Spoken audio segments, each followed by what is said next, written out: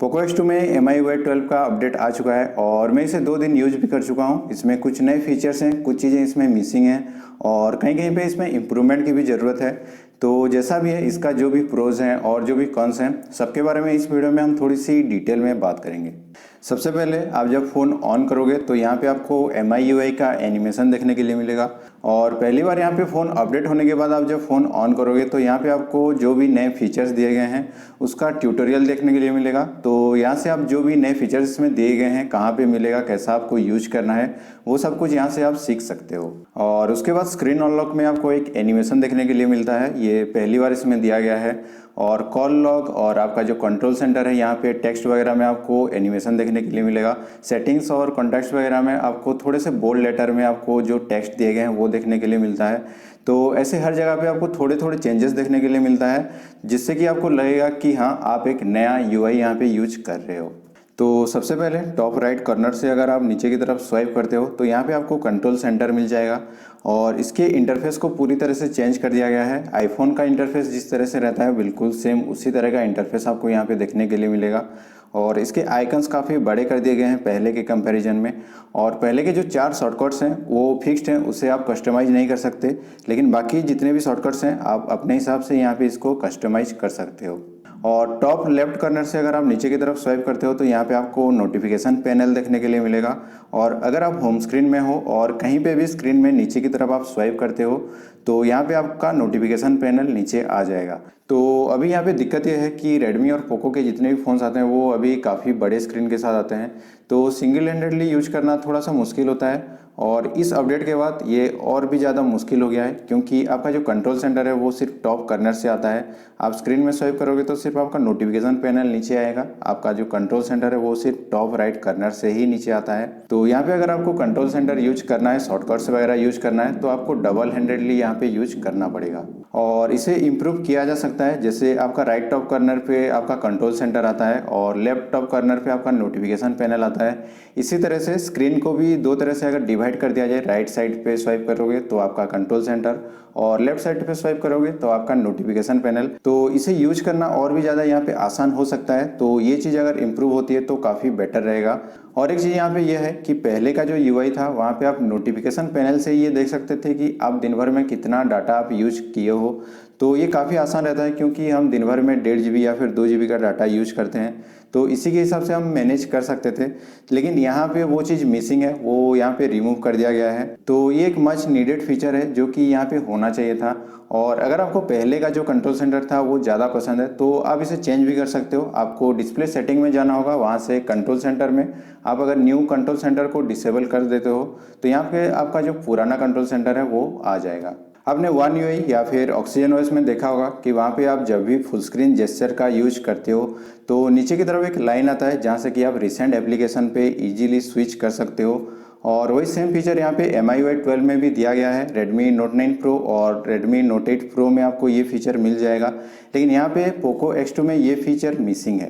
इस पूरे अपडेट में मुझे जो सबसे यूजफुल फीचर लगा वो है फ्लोटिंग विंडो। अगर आप कोई भी एप्लीकेशन यूज कर रहे हो तो कंट्रोल सेंटर में जाके आप उस एप्लीकेशन को फ्लोटिंग विंडो पे शिफ्ट कर सकते हो, या फिर रिसेंट टैब पे अगर आप जाते हो तो आपने जितने भी रिसेंटली एप्लीकेशन यूज किया होगा वहाँ पे आप किसी भी एप्लीकेशन को फ्लोटिंग विंडो पे शिफ्ट कर सकते हो। और इसे आप अपने हिसाब से मैनेज भी कर सकते हो, इसके साइज को छोटा करना है या फिर बड़ा करना है, या फिर स्क्रीन के किसी भी कॉर्नर पे इसे मूव करना है, या फिर इसको मिनिमाइज करके अगर आपको रखना है, तो ये सारी चीज़ें यहाँ पे आप कर सकते हो। और ये काफ़ी यूजफुल फीचर है, आप एक साथ 2 एप्लीकेशन का यूज यहाँ पे कर सकते हो। मान लो आप कोई इंटरनेट में कुछ भी सर्च कर रहे हो, साथ ही में आपको यूट्यूब भी देखना है, तो यहाँ पे आप इजीली देख सकते हो। या फिर आप कोई दूसरा इंपॉर्टेंट काम कर रहे हो और साथ ही में आपको कुछ मैसेजेस का रिप्लाई करना है यहाँ पे, या फिर किसी के साथ चैटिंग करना है, तो इजीली यहाँ पे आप कर सकते हो। लेकिन इसमें भी कुछ प्रॉब्लम्स हैं, जैसे कि अगर आप यूट्यूब यूज कर रहे हो फ्लोटिंग विंडो पे तो नीचे की तरफ जो ऑप्शंस रहते हैं उसे आप एक्सेस यहाँ पे नहीं कर सकते। तो यहाँ पे मैंने कुछ दूसरे एप्लीकेशंस भी ट्राई करा जहाँ पे कि आपको यूट्यूब जैसा ही इंटरफेस देखने के लिए मिलता है। तो वहाँ पे ये चीज़ काफ़ी इजीली काम कर रहा था। MX प्लेयर में मैंने इसको ट्राई करके देखा तो यहाँ पे ये काम कर रहा था, और दूसरे एप्लीकेशन में भी मैंने ट्राई करके देखा तो वहाँ पे भी ये काफ़ी इजीली काम कर रहा था। तो यहाँ पे इसे फिक्स करने की ज़रूरत है। और अगर आप फ्लोटिंग विंडो के सेटिंग में जाओगे तो यहाँ पे क्लियरली मेंशन है और ट्यूटोरियल भी यहाँ पे दिया गया है कि जिस भी एप्लीकेशन का आपको नोटिफिकेशन आता है तो नोटिफिकेशन पैनल से ही आप डायरेक्टली उसे फ्लोटिंग विंडो में शिफ्ट कर सकते हो। तो ये चीज़ यहाँ पे मेंशन है। और न्यू फीचर के सेक्शन में अगर आप जाओगे तो वहाँ पे लिखा हुआ है कि जो भी आपका मैसेंजर एप्लीकेशन है, मतलब कि फेसबुक मैसेंजर है या फिर व्हाट्सएप है या फिर कोई दूसरा एप्लीकेशन जो आप चैटिंग के लिए यूज करते हो, तो सारा मैसेंजर एप्लीकेशन के कैटेगरी में आता है। तो इस तरह के एप्लीकेशन में अगर आपको नोटिफिकेशन आता है, मतलब कि कोई मैसेज वगैरह आता है, तो उसे आप डायरेक्टली नोटिफिकेशन पैनल से फ्लोटिंग विंडो में शिफ्ट कर सकते हो। तो सबसे पहले मैंने कुछ नॉर्मल नोटिफिकेशन के साथ इसको ट्राई करा, लेकिन यहाँ पे ये काम नहीं किया। और फिर मैंने व्हाट्सएप और फेसबुक मैसेंजर के साथ भी इसको ट्राई करके देखा, लेकिन वहाँ पे भी ये काम नहीं करता। और देखा जाए तो ये काफ़ी यूजफुल फीचर है। मान लो आप फ़ोन में कोई इंपॉर्टेंट काम कर रहे हो और कोई इंपॉर्टेंट मैसेज आता है जिसका कि रिप्लाई करना ज़रूरी है, तो उसे आप डायरेक्टली फ्लोटिंग विंडो पे शिफ्ट कर सकते हो। आपको दोबारा से वो एप्लीकेशन ओपन करके फिर से उसको फ्लोटिंग विंडो में शिफ्ट करना नहीं पड़ेगा, डायरेक्टली आप यहाँ पे कर सकते हो अगर ये फीचर काम करता है तो इसे भी यहाँ पे फिक्स करना पड़ेगा। और एक चीज़ यहाँ पे व्हाट्सएप में फिंगरप्रिंट अनलॉक का फीचर इनबिल्ट रहता है और दूसरे एप्लीकेशन में अगर हमको इसका यूज करना है तो ऐप लॉक में जाके हमें इसे इनेबल करना पड़ता है सेपरेट एप्लीकेशन के लिए। तो यहाँ पे फ्लोटिंग विंडो के साथ दिक्कत यह है कि मान लो आप व्हाट्सएप यूज कर रहे हो फ्लोटिंग विंडो में और आपका जो इनबिल्ट फिंगरप्रिंट स्कैनर है वो इनेबल है, तो फ़ोन अगर यहाँ पे आप लॉक कर देते हो तो इजीली आप दोनों को अनलॉक भी कर सकते हो।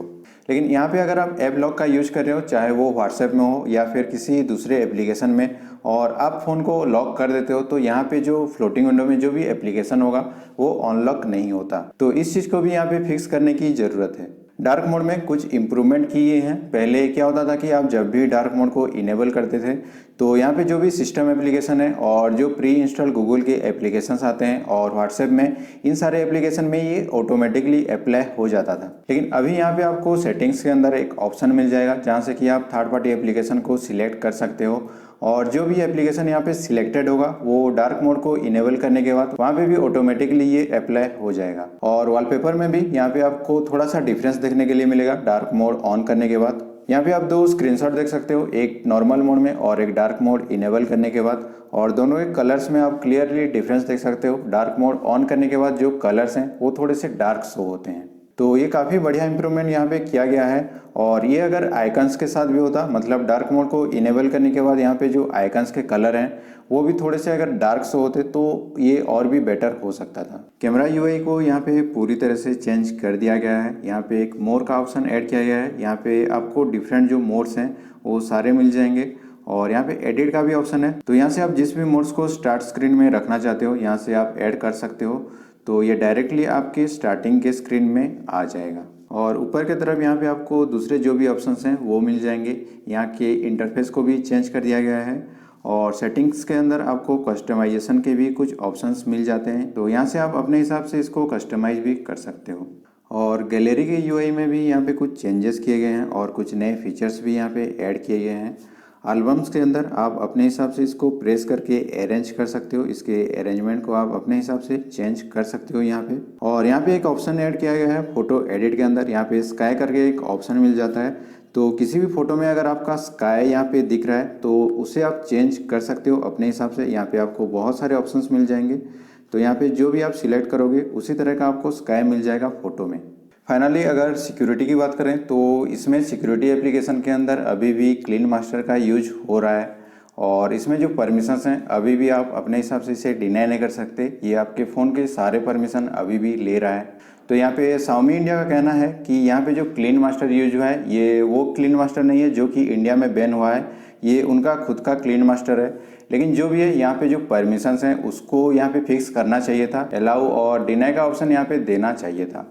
और इसमें मी ब्राउज़र भी है जो कि इंडिया में बैन हो चुका है, लेकिन बाकी जो भी एमआई के एप्लीकेशंस थे जो इंडिया में बैन हुए हैं वो यहाँ से रिमूव कर दिए गए हैं, लेकिन मी ब्राउज़र अभी भी इसमें है। तो इसका रीज़न ये हो सकता है कि ये थोड़े लेट में बैन हुआ था और उस टाइम तक MIUI 12 का डेवलपमेंट हो चुका था, तो शायद उसके वजह से यहाँ पे मी ब्राउज़र को रिमूव नहीं किया गया है। और अगर इसको अपडेट के साथ बहुत जल्द इसे रिमूव कर दिया जाता है तो ये काफ़ी बेटर रहेगा। तो MIUI 12 अभी नया है और इसमें बहुत सारी इम्प्रूवमेंट की ज़रूरत है और कुछ चीज़ें फिक्स करने की भी ज़रूरत है।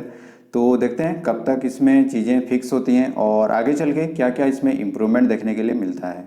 और इस वीडियो में बस इतना ही। अगर आपको वीडियो अच्छा लगा हो तो लाइक कर दीजिए वीडियो को और सब्सक्राइब कर दीजिए चैनल को ऐसे ही और कंटेंट के लिए। और मैं मिलता हूँ आपको नेक्स्ट वीडियो में, तब तक के लिए take care and good bye.